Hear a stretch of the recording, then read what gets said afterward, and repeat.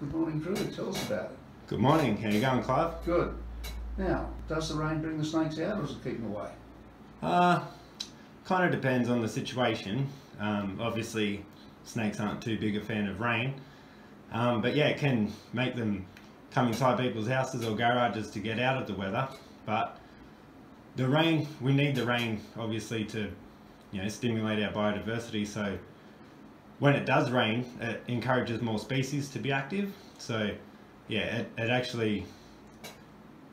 sort of, if it fills up the dams and rivers, snakes have less likely reason to be around your house. But yeah, when it rains, I'll definitely start to see more unusual species that I would normally see in the dry parts. And the snakes that come out in the rainy season, are they the ones we should be worried about, the venomous ones? No, they're all the little interesting ones that come out, things like marsh snakes or a lot of the tree snakes because they eat frogs. Oh, yes. So you'll get frogs around your house and then the tree snakes following a little bit behind. During the drier parts, we tend to see a lot more eastern brown snakes, and they're the most dangerous snake that we have in the area. They're one of the most venomous snakes in the world, I think, aren't they? Yeah, number 2, according to the LD50 test that they do on mice, number 2 out of the land snakes on the planet. Right, so, what's the number 1? The inland taipan. Oh, okay. So, and that's Australian too? Yeah, we have about 20 out of the top 25. It's really hard to tell because there's more than 10 snakes in the top 10 when you really narrow it down. So it's kind of confusing, but yes, we have all the most venomous ones. Now, how did you end up being a snake catcher? I'm just fascinated by the environment in general and nature, but I've always had a fascination since I was a tiny little kid with animals, but in particular the dangerous ones. So when I was little, I was obsessed with sharks and snakes and spiders, and my fascination has just always outweighed my fear. So the more you study and learn about them, yeah, the less you have to fear and the more fascinating they become.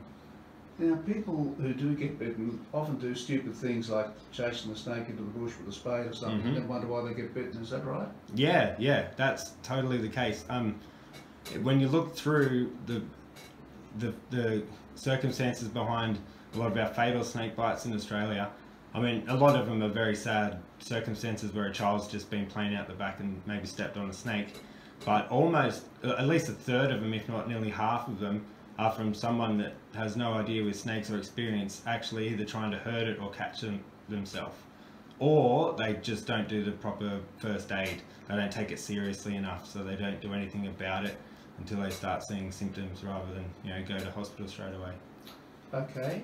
Now, how many venomous snakes do we have in our listening area here, Granite Belt, New England? Quite a lot, I would think.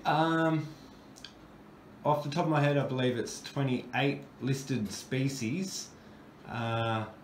But you have 2 pythons, a colubrid, and 4 blind snakes that are non-venomous, and the rest are venomous. Okay. But the vast majority of our venomous snakes are still harmless snakes. So that might sound bizarre, but if you can imagine like a daddy longlegs, it's a venomous spider, but it's completely harmless. So most of our venomous snakes are small, very inoffensive, secretive snakes that you'll never see, and that are very reluctant to bite, even if you were to come across one. And some people say that snakes some species will actually chase you. Is that right, or is that an urban myth? That's an urban myth. Yeah. I can understand how people think they're being chased because snakes may take several lunges at you if they feel cornered and threatened.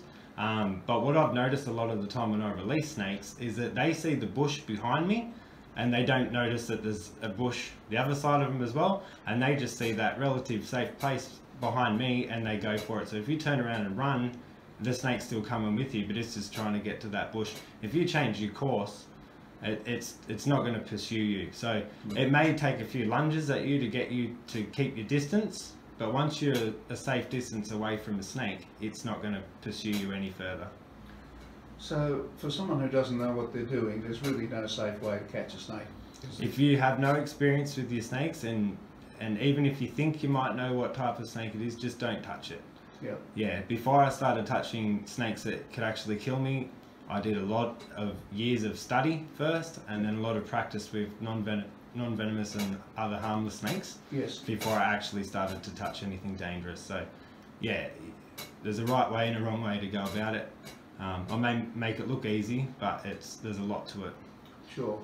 Okay, have you ever been bitten by a venomous snake yourself? Yes, several times. Nothing too serious. I have gone to hospital on my 33rd birthday from a small eastern brown snake, but that was a precaution, Yes. as it just tapped me on the finger, but I didn't get envenomated. The most painful was by a yellow-faced whip snake, which you can see on YouTube. I caught it up at the vet at Stanthorpe and it nipped me on the finger, Yep. and my whole hand just swelled up a bit like a grapefruit. But I picked it up in a way that I knew I may get bitten, because I'm just trying to be gentle with the snake. Usually they never bite. This one did, only because I spooked it, totally my fault. It's also not a highly venomous species, so I knew I could handle it in that way, and if worst case scenario, it's like being stung by a bee. So, yeah. Well, thanks so much for your expertise today and coming in and talk to us. It's been really great. So if you've got a problem with snakes, this is the man to talk to, Drew Godfrey at Seven Lee. Thanks for coming in, Drew. No worries. Thanks for having me, Clive.